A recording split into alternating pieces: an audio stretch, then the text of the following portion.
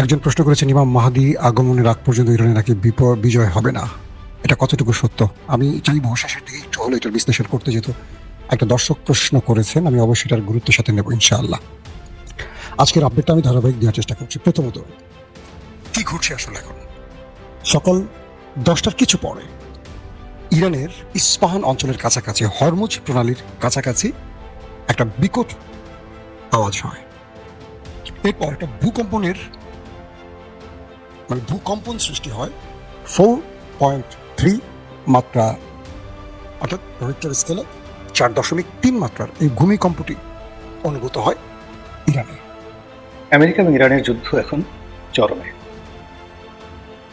যারা সামরিক বিশেষজ্ঞ তারা সবাই ধরে নিয়েছিলেন যে এই যুদ্ধ হবে একপক্ষীয় যুদ্ধ। ইসরায়েলের যে সামরিক সক্ষমতা এবং তাদের যারা বন্ধু রাষ্ট্র, ইউরোপের যে সকল বন্ধু রাষ্ট্র রয়েছে, ফ্রান্স রয়েছে, ইংল্যান্ড রয়েছে, কানাডা রয়েছে, তার সঙ্গে সঙ্গে জার্মানি তো আছেই, এবং আমেরিকা সরাসরি এই যুদ্ধে অংশগ্রহণ করেছে। আমেরিকা তার যে ইতিহাস, আমেরিকা নামক রাষ্ট্রের ইতিহাসের সবচেয়ে বড় যুদ্ধযাত্রা এবার হয়েছে পারস্য উপসাগরে। পুরো পৃথিবীর গণমাধ্যমে আওয়াজ ওঠে, ইরান কি তবে মাটির নিচে পারমাণবিক পরীক্ষা চালালো? আন্তর্জাতিক গণমাধ্যমগুলো এটা নিয়ে গবেষণা শুরু করে দেয়, এটা নিয়ে স্পেশাল তারা তথ্য প্রচার করে। যখন সকাল থেকে ইরানের ভেতরে ইসরায়েল এবং আমেরিকার শেলিং বলবো নাকি, মিসাইল অ্যাটাক চলছে, যুদ্ধ বিমান গর্জে উঠছে, এর পরপরই ইরানের গুরুত্বপূর্ণ এই অঞ্চলটিতে হঠাৎ এই ভূকম্পন কেন? এটা নিয়ে অনেক আলোচনা হয়েছে আজকে সারাদিন। কিছু কিছু মাধ্যম বলছে যে ইরান পৃথিবীকে জানান দিতে চায় তারা পারমাণবিক পরীক্ষা চালিয়েছে।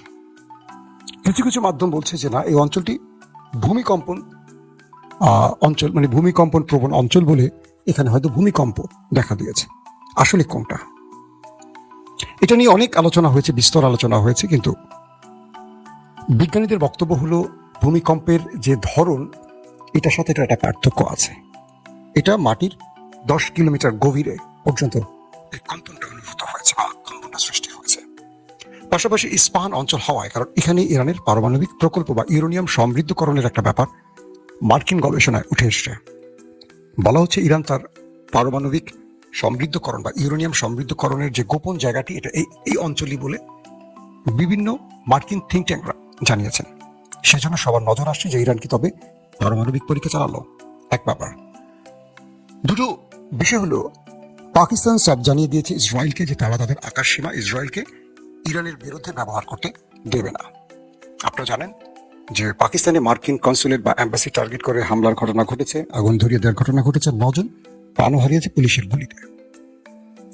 অর্থাৎ পৃথিবীর বিভিন্ন জায়গাটা হয়েছে। এবং সৌদি আরবেও আমরা আজকে দ্বিতীয় বুলেটিন আপনাদের জানিয়েছি যে সৌদি আরবে মার্কিন অ্যাম্বাসি টার্গেট করে অ্যাটাক করা হয়েছে। এরপর পৃথিবীর বিভিন্ন, অর্থাৎ মধ্যপ্রাচ্যের বিভিন্ন দেশ থেকে মার্কিন কর্মকর্তারা আরবের দেশগুলো ছাড়তে শুরু করেছে, বিভিন্ন বিমানে করে তারা চলে যাচ্ছে, এমন খবর আসছে। প্রশ্ন হলো, ইরান কি তবে পাগল হয়ে গেছে? তারা মার্কিন অ্যাম্বাসি টার্গেট করছে, মানে আমেরিকা কি তোয়াক্কা করছে না, যেখানে আমেরিকাকে সবাই কর্নিশ করে চলে। বিভিন্ন আল জাজিরা, বিবিসি, সিএনএন এর মতো বড় বড় গণমাধ্যম বলছে ইরান দুটাই ম্যাচ খেলছে, মারো মরো এই নীতিতে তারা খেলা শুরু করেছে।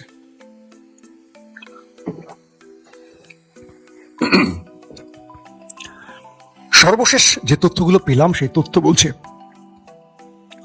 দখলদার দেশটির ভেতরে আন্তর্জাতিক যে সাংবাদিকরা প্রবেশ করেছেন, চীন, ফ্রান্স, ব্রিটিশ বা ব্রিটেন, টার্কিশ, অনেক সাংবাদিকের স্পেশাল, অর্থাৎ তারা যে নিজেরা ধারণ করেছেন ক্যামেরায় বা মোবাইলে বা তাদের বিশেষ ক্যামেরায় যে ভিডিওগুলো, সেই ভিডিওগুলো বিশ্লেষণে বলা হচ্ছে ইরানের শত্রু দেশটিকে পুরো খান্ডার বানিয়ে ফেলা হয়েছে।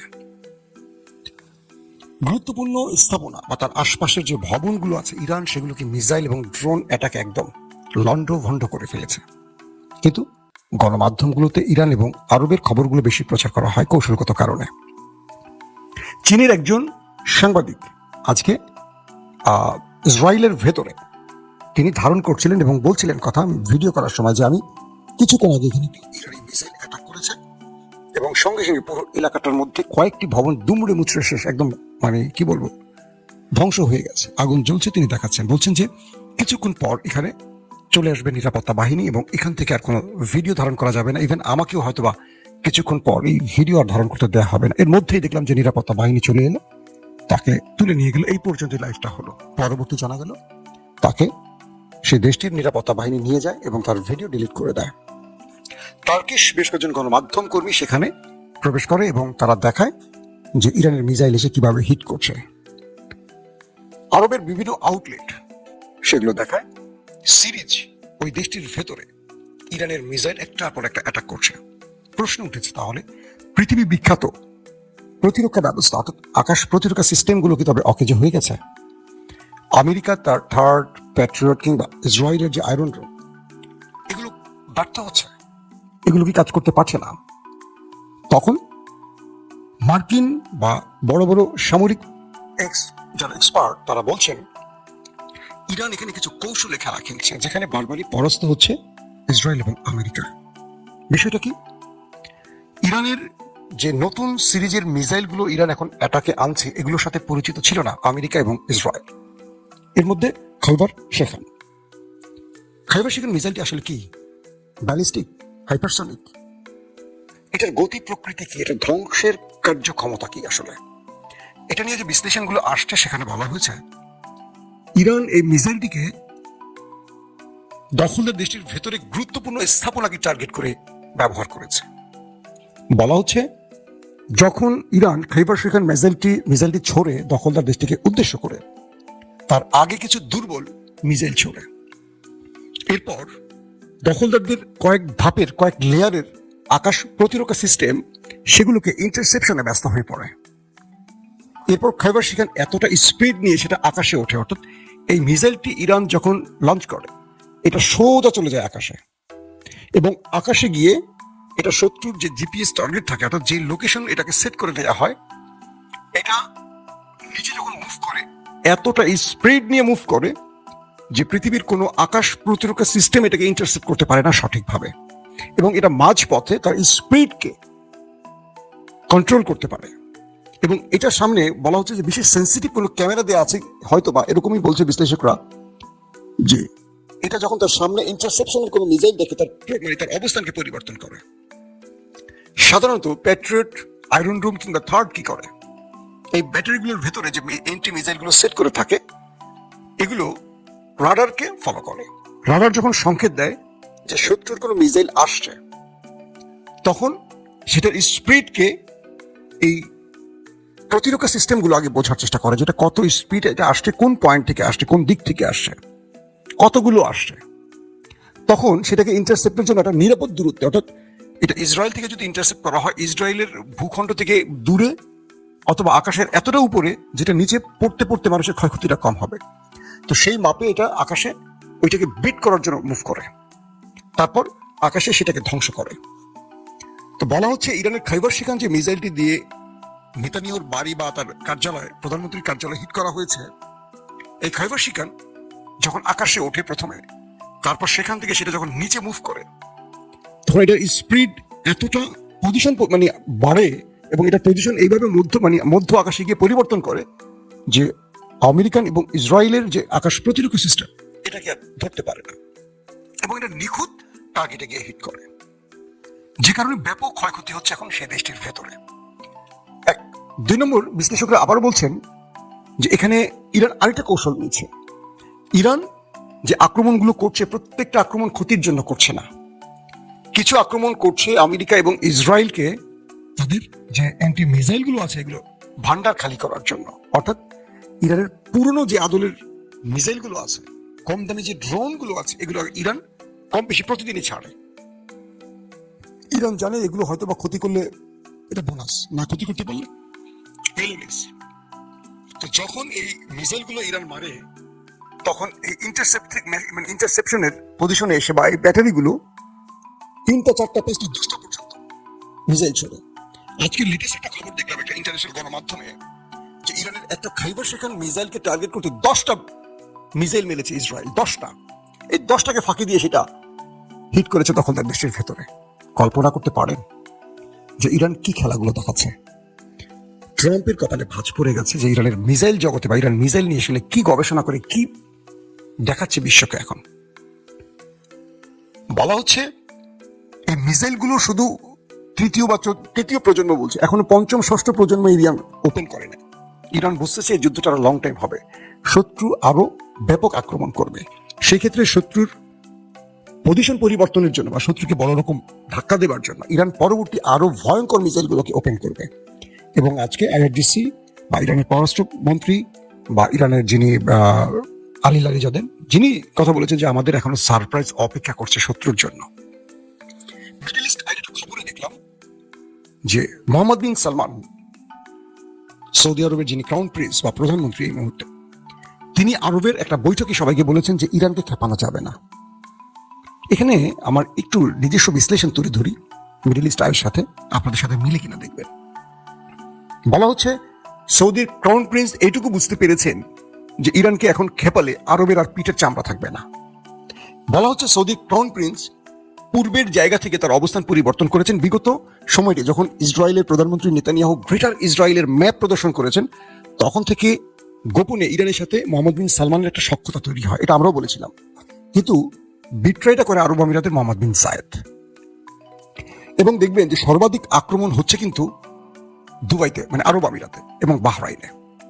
সৌদি আরবে কিন্তু মার্কিন স্থাপনাকে টার্গেট করছে, কিন্তু বেসামরিক জায়গাগুলোতে ইরান অ্যাটাক করছে না। এক আর আরামকোতে, মানে সৌদির যে সবচেয়ে বড় তেল শোধনাগার আরামকো, সেখানে যে আক্রমণটা করেছে ইরান এটা তাই স্বীকার করেনি। ধারণা করা হচ্ছে এটা মোসাদকে দিয়ে করানো হয়েছে। এবং কিছু আউটলেট বলছে আরব রাষ্ট্রের মধ্যে বড় রকম প্রাইভেট পজিশনে, মানে পাবলিক যেখানে, মানে আরবের জনগণ যেখানে থাকে আবাসন বা তাদের নিজস্ব আরবিয়ানদের যে স্থানগুলো, সেখানে বড় কোনো ম্যাচাকার করতে পারে মোসাদ, করে এটার দায় পুরো ইরানকে চাপিয়ে দিয়ে আরবকে খেপিয়ে তুলতে চায় ইরানের বিরুদ্ধে। তো এখানে ইরান সতর্ক আছে এবং ইরান কোন কোন আক্রমণ করছে কোনটা করছে না সেটা সঙ্গে সঙ্গে তারা প্রকাশ করছে। এখন আমরা সৌদি আরবে বড় ধ্বংস হলে খুশি হই, এটা যেন না হয় আমাদের মধ্যে। কারণ আপনারা দেখেছেন যে কুয়েতে 3টি মার্কিন F-15 যুদ্ধ বিমান ধ্বংসের পর পাইলটকে কিভাবে উত্তম মাধ্যম দিয়েছিল কাতারিরা। তার মানে ওরা আমাদের মতো, আমাদের সরকার হয়তো আমেরিকার বিরুদ্ধে ভয় কিছু বলতে পারে না, কারণ আমেরিকায় তো সরকার বসায় ওঠায় নামায়, তাই তো। আমাদের সরকাররা বিরোধী দলে থাকলে অনেক বড় কথা বলেন, একদম সব ভারত আমেরিকার বিরুদ্ধে, নয় দিল্লি, নয় পিন্ডি, নয় সেই ক্ষমতা বসে তার আগে দিল্লিকে সালাম করতে যায়, দিল্লির ইচ্ছে মতো চলে। এটাই আমাদের দেশের এই পরিবার, মানে পরিবারতান্ত্রিক দলগুলো যারা পেছন থেকে ক্ষমতায় বসতে চায়। আমি জানি না আগামীটা কি হবে। তো এখন বিষয়টা তৈরি হলো যে সৌদি আরব আর তার মিত্র আরব দেশগুলোকে বলছে যে কোনোভাবেই ইরানের বিরুদ্ধে আমাদের কিছু করা যাবে না, ওদেরকে উস্কে দেওয়া যাবে না। কেন যেন মনে হচ্ছে ইরান আরবের কিছু দেশের সাথে যোগ সাজস করে হিটগুলো করছে। কিরকম? কয়েকটা বিষয় খেয়াল করেন। মার্কিন সেনারা, মার্কিন গোয়েন্দারা, মোসাদ এজেন্টরা, মানে ইসরায়েলের সেনারা, ইসরায়েলের ব্যবসায়ীরা কখন কোথায় অবস্থান করছে, ইরান এত নিখুঁত তথ্য পাচ্ছে কোথায়। ইরানের ইন্টেলিজেন্স তো এত স্ট্রং না, তাই তো।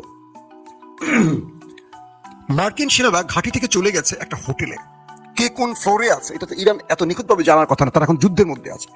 ইরানের ইন্টেলিজেন্স তো মোসাদ বা সিআইএর মতো না। ঠিক সেই হোটেলগুলো থেকে ইরানের মিসাইলগুলো হিট করছে। তারা কোন রিসোর্টে গেছে, কোন ক্লাবে গেছে, সেই ক্লাবগুলো থেকে হিট করছে, কোন ভবনে আশ্রয় নিচ্ছে সেখানে হিট করছে। তো বলা হচ্ছে যে এখানে এই আজকের যুদ্ধের কত তৃতীয় না চতুর্থ দিন, আরব এখন পর্যন্ত রিটালিয়েট করেনি ইরানের বিরুদ্ধে, প্রতিবাদ করছে, কিন্তু তারা কোনো আক্রমণ চালায়নি ইরানের ভেতরে পাল্টা, কারণ তাদের সামরিক বাহিনী আছে, তাদের আমেরিকা থেকে কেনা অজস্র অস্ত্র আছে। এখানে কোনো একটা আন্ডারস্ট্যান্ডিং থাকতে পারে, এটা আমার নিজস্ব ধারণা। কারণ মিডল ইস্ট আই বলছে যে সৌদি আরবের ক্রাউন প্রিন্স মোহাম্মদ বিন সালমান বাকি মুসলিম দেশগুলোকে বলছে ইরানকে খেপানো যাবে না, কারণ তারা বুঝে গেছে যে আমেরিকা ইসরায়েলকে বাঁচাতেই ব্যস্ত আর নিজেকে বাঁচাতেই ব্যস্ত। তারা এই যে পেট্রো ডলার দিয়ে ট্রিলিয়ন ডলারগুলো নিয়েছে আরব দেশগুলো থেকে, বিনিময়ে তারা আরবকে কোনো রক্ষায় কাজ করে না, বরং তাদের প্রতিরক্ষা সিস্টেম বা এন্টি মিসাইলগুলো নিয়ে ইসরায়েলকে দিচ্ছে। এখন আমেরিকা এখন বলেন, সৌদি আরব বলেন, সৌদি আরবের ভেতরে মার্কিন দূতাবাসে পর্যন্ত ইরান হিট করেছে। তার মানে প্রতিরক্ষা ব্যবস্থা ভেঙে পড়েছে। মার্কিনীদের যে গর্ব আকাশ প্রতিরক্ষা নিয়ে, এই সিস্টেম এক প্রকার অকেজ হয়ে গেছে। ইরান এখন যেভাবে আক্রমণ করছে, আবার দেখেন ইসরায়েল আমেরিকা যখন ইরানে অ্যাটাক করছে তখনও সিস্টেম লস হচ্ছে, অর্থাৎ টেকনোলজির খেলাটা এখন খুবই স্ট্রংলি চলছে। ইলেকট্রনিক্স ওয়ারফেয়ার এখন কোন লেভেলে পৌঁছে গেছে কল্পনা করা যাচ্ছে না। আমেরিকা যাদেরকে নিয়ে গর্ব করছে যে আমার দেশে একটা পাখি ঢুকতে পারবে না, সেখানে ইরানের ড্রোন ঢুকে হিট করে চলে আসতেছে। তার মানে ইসরায়েলকে এখন ব্যতিব্যস্ত করছে বা ইসরায়েলের ব্যাটারি খালি করছে, তাদের প্রতিরক্ষার সকল মিসাইল এন্টি মিসাইল গুলোকে ইন্টারসেপ্টের সকল ব্যবস্থাকে আগে শেষ করতে চাচ্ছে ইরান। তারপর ইরান মূল খেলা শুরু করবে। শুধু প্রেসিডেন্ট নেতানিয়াহুর বাড়ি নয়, গোয়েন্দা প্রধানের বাড়ি, মোসাদ হেডকোয়ার্টার, বিমান বাহিনীর প্রধান, তাদের রসদ যেখানে ইসরায়েলের রসদ রাখা হয়, গুরুত্বপূর্ণ জায়গাগুলোতে টার্গেট করে করে ইরান হিট করছে। ইরানকে এত রিয়েল টাইম ইন্টেলিজেন্স দিচ্ছে কারা? ইরানকে এত সোর্স দিচ্ছে কারা যে কোথায় কে আছে? আজকেও ইরানের একজন হাই অফিসিয়াল বলছে, মিস্টার নেতানিয়াহু তুমি কোথায় আছো, কোথা থেকে যুদ্ধ নেতৃত্ব দিচ্ছে আমরা জানি, ওয়েট করো, আমাদের মিসাইল আসছে। তার মানে হলো যে নেপথ্যে ইরানের অনেক শত্রু বন্ধু হয়ে গেছে। সেটা আরবের কেউ হতে পারে, হতে পারে। এখন পর্যন্ত ইরান তার যে লেভেলে ফাইট করছে সেই লেভেলটিতে আমরা এটুকু বলতে পারি, ইরান পিছনে ফিরতে চায় না। আমেরিকার সুরও আবার দেখলাম পরিবর্তন হয়েছে। তিনি বলছিলেন ট্রাম্প যে আমরা স্থল অভিযানের কথা ভাবছি, কিছুক্ষণ আগে একটা স্টেটমেন্ট দেখলাম তিনি বলছেন যে এখনই ভাবছি না স্থল অভিযান চালাবো কিনা। পাশাপাশি হিজবুল্লাহর সাথে বেজে গেছে লেবাননে ইসরায়েলের। দুই পক্ষের মধ্যে ব্যাপক আঘাত, পাল্টা আঘাত, কেউ কাউকে ছাড়ছে না। এখানে নেতানিয়াহু বাহিনীর 7-8টা ট্যাঙ্ক নাকি ওপারে চলে গেছে। আবার হাইফাতেও ব্যাপক অ্যাটাক করেছে হিজবুল্লাহ। বহুমাত্রিক যুদ্ধের দিকে যাচ্ছে মধ্যপ্রাচ্য। আমি শেষ যে কথাটি বলেছিলাম, আপনারা দর্শক আমাকে বলেছিলেন আমি কালকে সকালে আরো আপডেট দেওয়ার চেষ্টা করব। আপনারা হয়তো অনেকে শুয়ে পড়বেন, সেরি খাবেন, রাতে জাগতে হবে, কষ্ট হবে, লম্বা করবো না। হুতিরা, অনেকে প্রশ্ন করছেন হুতিদের অবস্থান, হুতির আক্রমণে যাচ্ছে না। হুতির এখন ইরানের গ্রিন সিগন্যালের অপেক্ষা আছে। তারা গালফ অফ অ্যাডান, বাবুল মন্দাফ এগুলো কন্ট্রোলে রেখেছে, কারণ হরমুজ প্রণালীতে ইরান সমানে ধোলাই করছে। শুধু চীনের জাহাজ ছাড়া কোনো জাহাজকে আর এখান থেকে চলাচল করতে দিচ্ছে না ইরান, মোটামুটি তাদের কন্ট্রোলে। সেখানে হুতিরা তাদের সাপোর্ট দিচ্ছে। প্রশ্ন হলো ইরান যদি ধ্বংস হয় কি হবে, বা ইরান যদি ধ্বংস না হয় কি হবে? আমাদের রাসূল সাল্লাল্লাহু আলাইহি ওয়াসাল্লামের হাদিসের মতে একটা ব্যাখ্যা আছে এরকম, যদিও আমি খুব বড় স্কলার না, যেটুকু পড়েছি সেখান থেকে বলি। যদি এই যুদ্ধে ইরান ধ্বংস হয়ে যায়, পরাজিত হয়ে যায়, তাহলে 8 থেকে 10 বছর টিকে থাকবে হয়তোবা ইসরায়েল নামক দেশটি। কারণ হলো হাদিসের বক্তব্য অনুসারে যে এই অঞ্চলে পরাজয়ের পর, অর্থাৎ গ্রেটার ইসরায়েল বাস্তবায়ন করবে নেতানিয়াহু। ইরান হেরে গেলে মধ্যপ্রাচ্য পুরো কন্ট্রোলে চলে যাবে নেতানিয়াহুর। তখন পুরো গ্রেটার তিনি, মানে পুরো মধ্যপ্রাচ্য, সৌদি, মদিনা, এই পুরো মধ্যপ্রাচ্য তার ইশারা চলবে। তখন কি হবে? মিস্টার দাজ্জাল আসবেন। দাজ্জাল তখন আসবেন। দাজ্জালের প্রথম দিনটা হবে 1 বছরের সমান, দ্বিতীয় দিনটা হবে 1 মাসের সমান, তৃতীয় দিনটা হবে 1 সপ্তাহ সমান, বাকি দিনগুলো হবে আমাদের আজকের দিনের মতোই। তো দাজ্জাল থাকবে কদিন জানেন? 14 মাসের মতো সে থাকবে। তো হিসেব মতে যদি ইরান হেরে যায় তাহলে দাজ্জাল আসার আগমন ঘন্টা বেঁচে যাবে, এবং দাজ্জাল ওই 14 মাস বা 1 বছর 14 মাস থাকবে। তারপর ইমাম মাহদী এসে তাকে, তার সাথে তো বুঝছেন তো টি-20 খেলবে। তো এই পরিস্থিতিতে বলা যাচ্ছে যদি ইরান হেরে যায় তাহলে গ্রেটার ইসরায়েল বাস্তবায়ন হবে, দাজ্জালের টাইম হয়ে যাবে। আর ইরান যদি হেরে না যায় তাহলে হয়তো আমাদেরকে ইমাম মাহদীর জন্য একটু ওয়েট করতে হবে। এটা নিয়ে আরেকদিন কোন স্পেশাল ব্যক্তিকে নিয়ে আমি একটা শো করব। দর্শক, যদি আমার বক্তব্যের সাথে আপনারা ঠিক থাকেন অবশ্যই কমেন্ট করে জানাবেন, যদি ভুল থাকে সেটা আমাকে জানাবেন। মানুষের শিকার কমতি থাকতে পারে বা মানুষের জানারও কমতি থাকতে পারে। আজকের মতো বিদায় নিচ্ছি, প্রত্যেকে ভালো থাকবেন, আল্লাহ হাফিজ। আমেরিকা এবং ইরানের যুদ্ধ এখন চরমে। যারা সামরিক বিশেষজ্ঞ তারা সবাই ধরে নিয়েছিলেন যে এই যুদ্ধ হবে একপক্ষীয় যুদ্ধ। ইসরায়েলের যে সামরিক সক্ষমতা এবং তাদের যারা বন্ধু রাষ্ট্র, ইউরোপের যে সকল বন্ধু রাষ্ট্র রয়েছে, ফ্রান্স রয়েছে, ইংল্যান্ড রয়েছে, কানাডা রয়েছে, তার সঙ্গে সঙ্গে জার্মানি তো আছেই, এবং আমেরিকা সরাসরি এই যুদ্ধে অংশগ্রহণ করেছে। আমেরিকা তার যে ইতিহাস, আমেরিকা নামক রাষ্ট্রের ইতিহাসের সবচেয়ে বড় যুদ্ধযাত্রা এবার হয়েছে পারস্য উপসাগরে। এই পারস্য উপসাগরে তাদের রণতরীগুলো তারা মোতায়েন করেছে, তাদের যত আধুনিক মারণাস্ত্র রয়েছে সেগুলো তারা এখানে এনেছে, এবং একই সঙ্গে প্রায় 50টির উপরে তাদের যে সামরিক ঘাঁটি রয়েছে মধ্যপ্রাচ্য জুড়ে, প্রতিটি ঘাঁটিতে তারা সর্বোচ্চ সৈন্য সমাবেশ, কৌশলগত অবস্থান, সামরিক সরঞ্জামাদির সেখানে সমাবেশ করা ছাড়াও তাদের যে সকল বন্ধু রাষ্ট্র রয়েছে তাদেরকে রেড অ্যালার্টে রাখা হয়েছে। ইসরায়েল, কাতার, সংযুক্ত আরব আমিরাত, সৌদি আরব, কুয়েত, বাহরাইন, জর্ডান, এমনকি মিশর, এ সকল দেশের সামরিক বাহিনীকে রেড অ্যালার্ট রাখা হয়েছে যে যদি স্থল যুদ্ধের প্রয়োজন হয়, ইরাকে যেভাবে বুশের জামানাতে সেই স্থল যুদ্ধ পরিচালনা করা হয়েছিল, ইরানে যদি এরকম স্থল যুদ্ধের প্রয়োজন হয় সেক্ষেত্রে এটি হবে জয়েন্ট ফোর্স। মানে এখানে কানাডিয়ান সৈন্য থাকবে, ইউরোপিয়ান সৈন্য থাকবে, আমেরিকান সৈন্য থাকবে এবং আরব দেশের সৈন্য থাকবে, যেন এটি নিয়ে কোনো আলোচনা সমালোচনা না হয়। এইভাবে প্রস্তুতি নিয়ে আক্রমণ করেছে আমেরিকা এবং ইসরায়েল। আক্রমণের শুরুতে তারা তাদের প্রযুক্তিগত উৎকর্ষতা, তাদের গোয়েন্দা শক্তির যে মাধুর্যতা বলবো না, ঠিক গোয়েন্দা শক্তির যে ইফেক্টিভনেস সেটি, এবং একই সঙ্গে তাদের যে নিষ্ঠুরতা, সেই নিষ্ঠুরতা, আপনি এটা হিটলারও ঠিক এরকম কাজ কখনো করেননি। সেই নিষ্ঠুরতার চরম পরাকাষ্ঠা দেখিয়ে তারা ইরানে আক্রমণ করে একই সঙ্গে ইরানের সর্বোচ্চ ধর্মীয় নেতা সহ তারা সেই ইরানের প্রায় 40 জন শীর্ষ সামরিক জেনারেলকে স্পট মেরে ফেলেছে। ট্রাম্প গর্ব করে বলছে যে ইরানে নেতৃত্ব দেওয়ার মতো কোনো সিনিয়র নেতৃবৃন্দ এখন আর অবশিষ্ট নেই, সবাইকে আমরা মেরে ফেলেছি। তো এটা গেল যুদ্ধের প্রথম 24 ঘন্টার ঘটনা। সেই 24 ঘন্টায় আমরা মনে করেছিলাম যে ইরান শেষ। এখন ইরানে কি রেজা শাহ পাহলভি তিনি ফিরে আসবেন? যে আগের যে রেজা শাহ পাহলভির ছেলে এখন রেজা পাহলভি, তিনি কি ফিরে আসবেন? নাকি বিদ্রোহী গ্রুপ বিভিন্ন সময়টিতে খামেনি সরকারের বিরুদ্ধে অস্ত্র তুলে নিয়েছিল, তারা নেতৃত্ব আসবে, নাকি নতুন কিছু হবে? না আমেরিকা সেখানে সরাসরি তাদের রুল জারি করবে? এই বিষয়গুলো নিয়ে যখন আমরা চিন্তা করছিলাম, ঠিক সেই সময়টাতে ইরানের পক্ষ থেকে একের পর এক পাল্টা আঘাত আসতে থাকে এবং অবিস্মরণীয় সে আঘাত। তাদের যুদ্ধ বিমান নেই, তাদের নিউক্লিয়ার পাওয়ার নেই, তাদের যে অন্য যে প্রযুক্তিগত আমেরিকা ইউরোপের কাছে যে নৌশক্তি থাকে সেই নৌশক্তিও তাদের নেই। তাদের আছে কি কিছু ড্রোন আছে, যেটিকে বলা হয় শাহেদ ড্রোন, আর রয়েছে দূরপাল্লার, মাঝারি পাল্লার, স্বল্প পাল্লার ক্ষেপণাস্ত্র। এবং এইসব ক্ষেপণাস্ত্রের মধ্যে আবার বেশ কিছু সংখ্যক ক্ষেপণাস্ত্র রয়েছে যেগুলিকে বলা হয় সুপারসনিক, শব্দের গতির চেয়ে বেশি। তো কেবলমাত্র ড্রোন এবং ক্ষেপণাস্ত্র নিয়ে তারা ঝাঁপিয়ে পড়ল।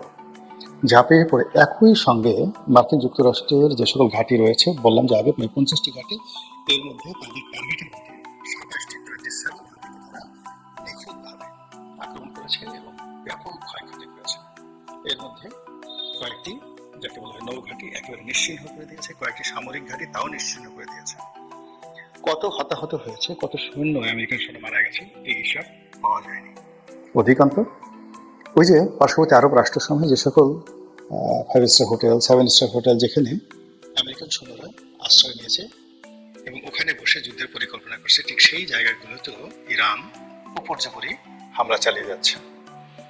এর ফলে কি হলো, আরব দেশগুলোতে রীতিমতো ভীতিকর একটা অবস্থা তৈরি হয়েছে। ইরান এতদিন যে যুদ্ধগুলো করেছে সেখানে তারা আরবদের সাথে আসলে কখনো ঝগড়া করতে চায়নি, আরবদেরকে আক্রমণ করতে তারা চায়নি। যেমন তারা যখন সিরিয়াতে বাশার আল আসাদের সরকারের সময়টাতে প্রচণ্ড রকম শক্তিশালী হয়ে পড়েছিল, তাদের হিজবুল্লাহ এবং হুতিদের যন্ত্রণায় যেখানে ইসরায়েল পাগল হয়ে গিয়েছিল, এবং হিজবুল্লাহর ভয়ে যখন আমেরিকা থরথর করে কাঁপত, তার সঙ্গে সঙ্গে আবার হামাস যখন ইসমাইল হানিয়া জীবিত ছিলেন, ওই সময়টাতে ইরানের যে প্রক্সি ক্ষমতা হাইয়েস্ট পর্যায়ে ছিল, তখন কিন্তু ইরান ইচ্ছা করল, তখন তাদের যে সাইকোলজিক্যাল অবস্থা ছিল সেই সাইকোলজিক্যাল অবস্থায় তারা যদি চেষ্টা করত একই সঙ্গে কুয়েত, কাতার, বাহরাইন, ইরাক এবং সৌদি আরবে তারা দখল করে নিতে পারত। এই ক্ষমতা তাদের ছিল, কিন্তু তারা সেই কাজটি তারা করেনি। যখন কাসেম সুলাইমানিকে মেরে ফেলা হলো, ইরানের যে বিপ্লবী গার্ড, সেই গার্ডের যে প্রধান, বিশেষ করে যারা বিদেশে অপারেশন পরিচালনা করে, সেই অপারেশনের যিনি প্রধান কাসেম সুলাইমানিকে হত্যা করা হলো। এরপর আরও কয়েকজন খুব নাম করা জেনারেলকে হত্যা করা হলো এবং ইরানের প্রেসিডেন্ট রাইসিকে তারা হত্যা করে ফেললো। এই হত্যা করার ফলে কি হলো, যারা হত্যাকারী ইসরায়েল এবং আমেরিকা, তাদের সাহস বাড়তে থাকলো। আর ইরানের মধ্যে যারা বিদ্রোহ করার চেষ্টা করছিল, সরকারের বিরোধিতা করার চেষ্টা করছিল, তাদের সাহস বাড়তে শুরু করলো এবং আমেরিকা চাইলো যে যে কোনোভাবে ইরানের মধ্যে একটা বিপ্লব ঘটিয়ে খামেনিকে অধিচ্যুত করা। তো প্রথম দফায় যখন যুদ্ধ হলো, সেই যুদ্ধে ইরান অভাবনীয় সফলতা লাভ করেছিল, এবং তখন ইরান যদি আর মাত্র 10 দিন যুদ্ধ চালিয়ে নিত, পৃথিবী কোথায় যেত বলা যায় না। এবং তখন ইসরায়েল এমন একটা পর্যায়ে পৌঁছে গিয়েছিল যে ইসরায়েল হুমকি দিয়েছিল যে তারা পরমাণু বোমার বিস্ফোরণ ঘটাবে, এবং আমি মনে করি এটা ইসরায়েলকে করতে দেওয়া উচিত ছিল। কিন্তু এখন কি হলো, ওই সময়টিতে তারা যখন যুদ্ধবিরতি মেনে নিল ইরান, সেই যুদ্ধবিরতির এই সময়টিতে ইসরায়েল যে প্রস্তুতি নিল, আমেরিকা যে প্রস্তুতি নিল, ঠিক সেইভাবে ইরান প্রস্তুতি নিতে পারেনি।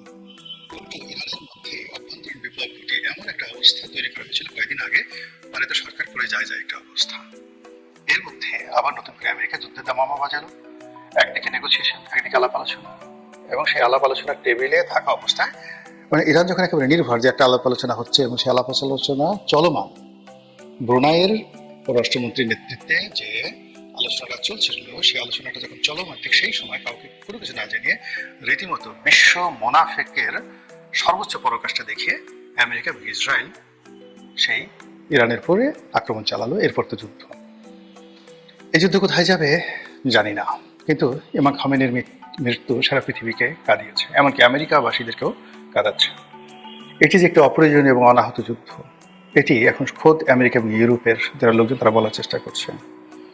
এবং এই যুদ্ধে মধ্যপ্রাচ্যের অনেক দেশ যারা ডোনাল্ড ট্রাম্পকে উদ্বুদ্ধ করেছে, ফাইন্যান্স করেছে, টাকা দিয়েছে এই যুদ্ধ জড়িয়ে, এই যুদ্ধে ইরানকে ধ্বংস করার জন্য। অধিকাংশ এখানে ডোনাল্ড ট্রাম্পের মনস্তাত্ত্বিক বিষয়ে কিন্তু অনেক কাজ করেছে। সেটা হলো যে তিনি বেশ কয়েকটি যুদ্ধ বন্ধ করে দিয়েছেন। তার ইচ্ছা ছিল যে নোবেল কমিটি তাকে একটা নোবেল পুরস্কার দিবেন, তো তাকে সেই পুরস্কার না দেওয়ার ফলে তিনি বলছেন যে আমি আর এখন শান্তির জন্য কাজ করব না। এবং তিনি শান্তির জন্য কাজ না করে কতটা অশান্তির জন্য কাজ করতে পারেন তার বাস্তব প্রমাণ আমরা দেখেছি ভেনেজুয়েলাতে, তার বাস্তব প্রমাণ আমরা দেখছি এখন ইরানে। যাই হোক, ইরানের যুদ্ধের শেষ পরিণতি কি হবে? এটি একটি অসম যুদ্ধ। সারা পৃথিবীর সমস্ত সুপার পাওয়ারগুলো একদিকে, সমস্ত সুপার ন্যানো টেকনোলজিগুলো একদিকে, অন্যদিকে মান্দাত্তা আমলের মনোবল এবং স্থল যুদ্ধে হাতাহাতি যুদ্ধ করার যে তালেবানি শক্তি, সেই তালেবানি শক্তির মহড়া দেওয়া ছাড়া এখন ইরানের অন্য কোনো গত্যন্তর নেই, এবং ইরান সেদিকে এগোচ্ছে। আমরা যেটা জানতে পারি যে ইরানের সেই ব্যালিস্টিক মিসাইল এদের সংখ্যা মাত্র 2000, সাকল্যে 2000, এর মধ্যে হয়তো তারা 600-700 তারা খরচ করে ফেলেছে। আর অন্যদিকে আমেরিকা এবং ইসরায়েল তারা একদিনে 2000 ক্ষেপণাস্ত্র নিক্ষেপ করেছে ইরানের মাটিতে।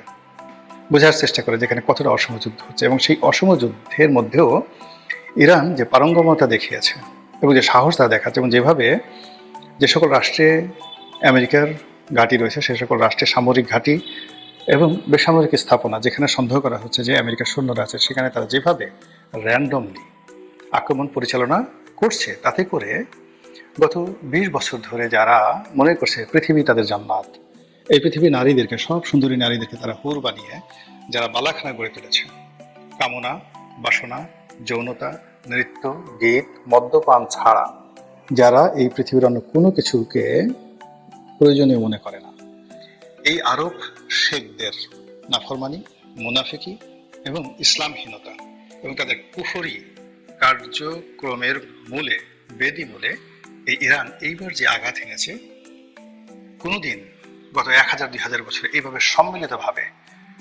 আরব পেনিনসুলারের সমস্ত দুষ্ট, বদমাশ, জাহেল, জালেমদের বেদিমূলে আঘাত কেউ করতে পারেনি, এমনকি গাজী সালাউদ্দিন সাহেবও নয়। সেই জিনিসটি এই কয়েকদিন হয়েছে। ফলাফল কি হবে জানি না। ডোনাল্ড ট্রাম্পের মন খারাপ, মাথা খারাপ হয়ে গেছে। তিনি তার অবকাশ যাপন থেকে যখন আসছেন, সাংবাদিকদের মুখোমুখি হয়েছেন, ইরান সম্পর্কে একটা টু শব্দ তিনি করেননি। এই কয়েকদিনে এআই নির্মিত কিছু কথাবার্তা নেতানিয়াহুর মুখ থেকে শোনা যাচ্ছে, কিন্তু আসলে নেতানিয়াহু তো জীবিত আছেন কিনা এটি নিয়ে সন্দেহ দেখা দিয়েছে।